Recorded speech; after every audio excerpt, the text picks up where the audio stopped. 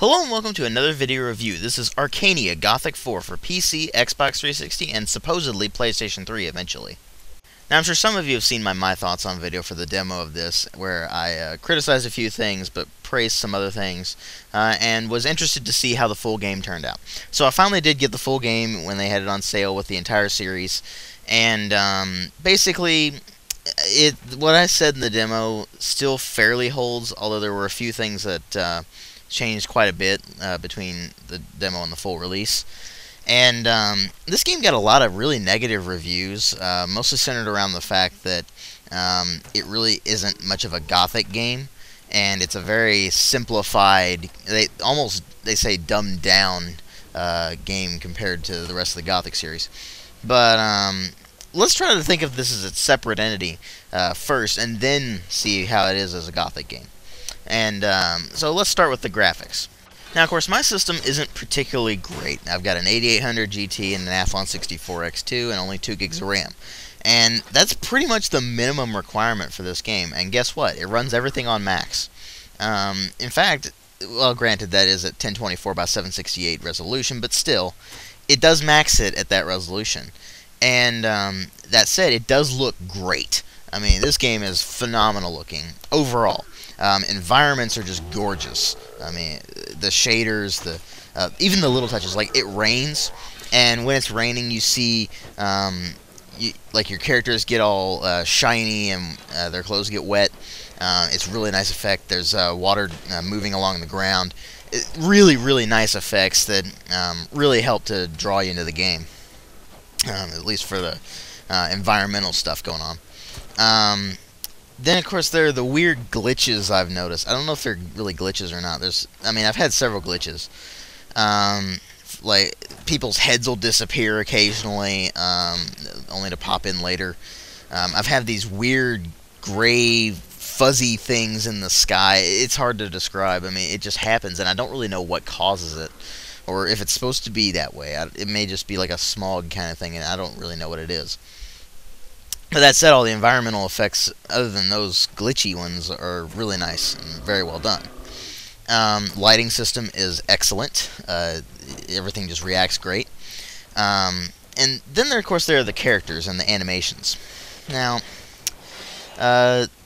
you contrast the awesomeness of the environments with the fairly goodness of the characters. In general, the bodies look fine, and in general, the faces look fine. But there are a few faces that look substantially better than others, much more detailed.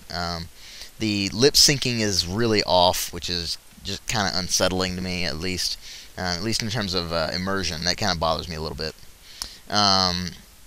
Animations in general for character movements range between jerky and really smooth, as well as really slow and really fast. It's all over the place.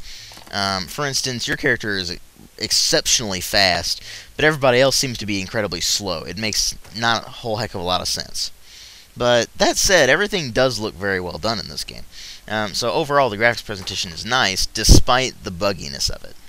Then, of course, we come to the sound design, which is really all over the place. Sound effects themselves are fairly well done. I mean, nothing is particularly out of place. Like all the bashes and clangs and everything, that all sounds fine. But it's other things that kind of mess it up. The music is fairly good. It's not great, but it is pretty good. It's your fairly standard orchestral fantasy setting kind of stuff going on, and it does work fairly well. It's not quite the same style as the previous 3 Gothic games, but still it works quite well. Then you have the voice acting. Apart from Gothic 3 Forsaken Gods, this might be the worst voice acting in the entire series. Even worse than Gothic 1. And, oh god, it's bad. Characters will talk like this all the time, and they randomly fluctuate their voices. They'll say things with really random accents. You never know what they're going for. They sound really disinterested. It's horrible. Just god-awful voice acting that actually, it even gives me a headache after listening to it for a while. Now, some characters are better than others, but still, it's horrible.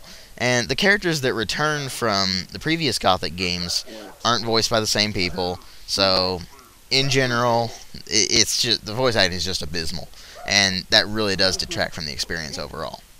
Now, the basic story of ArcaniA, also known as Gothic 4, even though it really shouldn't be, is that it takes place after Forsaken Gods. It takes place after Gothic 3, about 10 years after. And the previous nameless hero, this is major spoiler for Gothic 3 Forsaken Gods, but the previous nameless hero that you played in from Gothic 1 to Gothic 3 Forsaken Gods is now the King of Murtana, and he is now known as Robar III. And you play as a new nameless hero. And you basically grew up on the island of Fesher, which is not in mainland Murtana, obviously. And so you're kind of sheltered from the events going on with the orcs and all that kind of stuff in Murtana. And the basic story picks up where you're a shepherd, and you just go along doing your thing, and then all of a sudden hell breaks loose on your island, where the Robar III sent troops out to conquer the other lands. And they've basically razed the island to the ground, or at least your village they've razed to the ground anyway. And so you set off on a quest for vengeance, and it gets more complex than that. The only problem is when it gets more complex, it really starts screwing with the Gothic lore. There was a very established lore from Gothic 1 to Gothic 3, and even in Forsaken Gods it was still somewhat adhered to until later on when they just really started screwing with everything. But the lore made sense between Gothic 1 and Gothic 3. In Gothic 4, aka ArcaniA, it just goes all over the place. It makes absolutely no sense whatsoever in the context of Gothic. So I end up having to treat this as its own game rather than a Gothic game.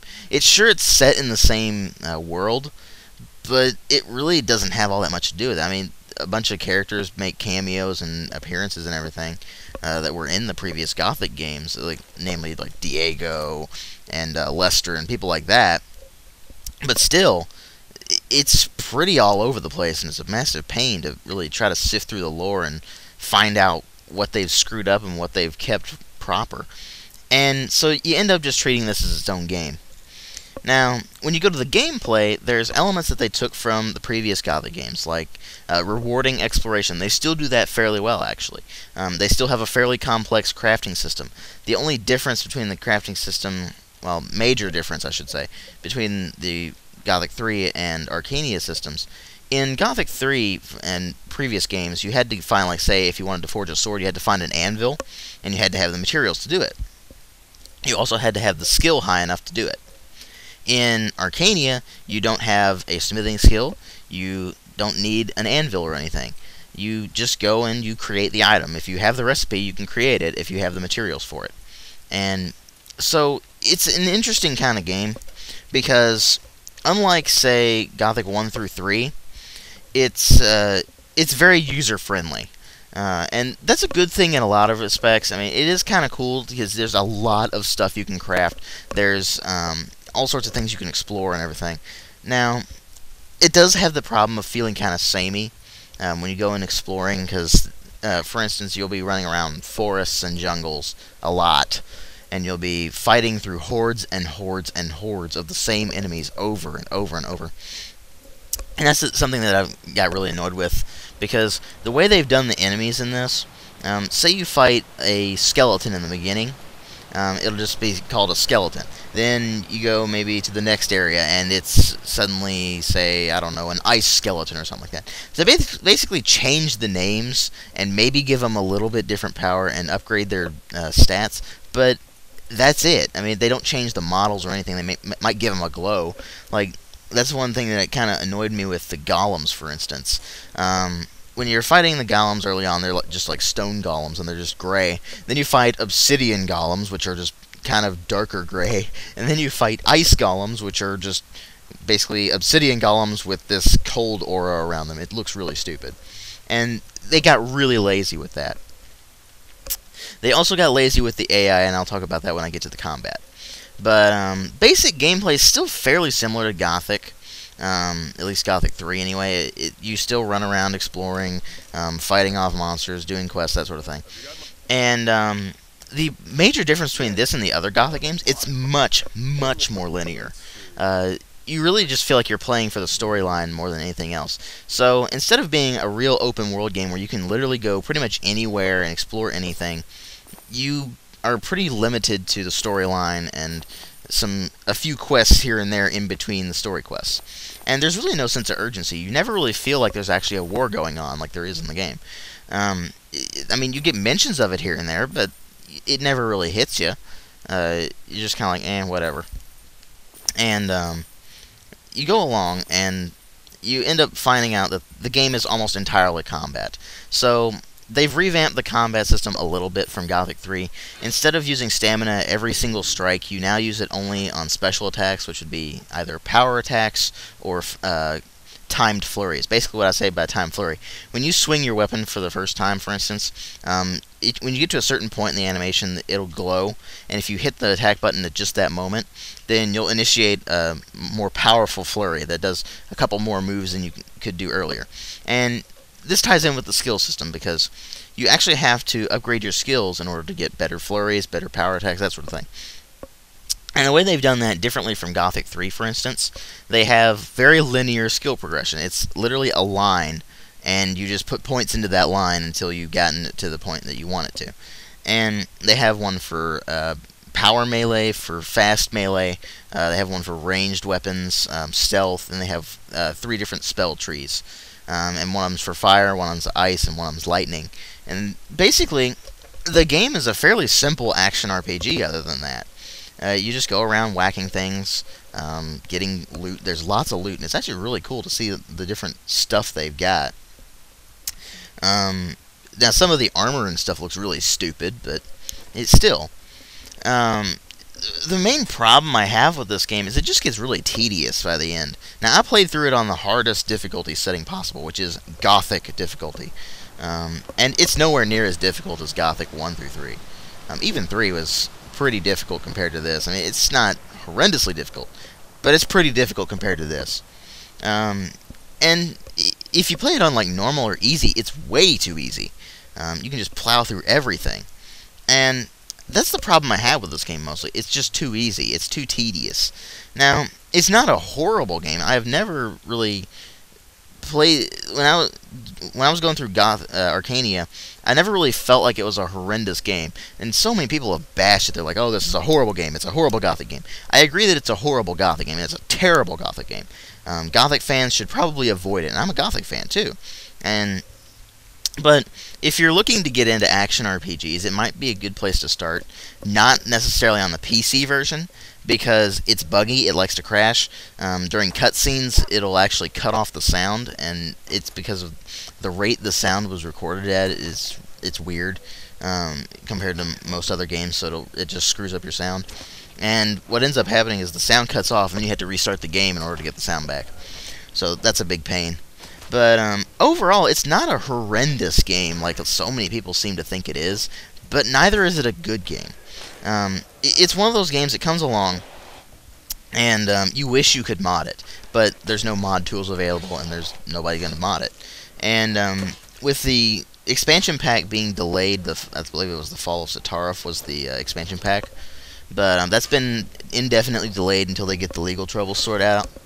But with that delay, it's really kind of a very limited play. It's worth it if you get it for extremely cheap. Like, say, I got it in the Gothic pack when they had it on Steam for sale.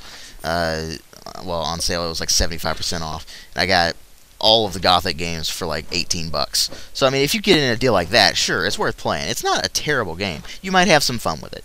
But if you're looking to get it at full price, avoid it like the plague. I give it a 2.5 out of 5, and thanks for watching.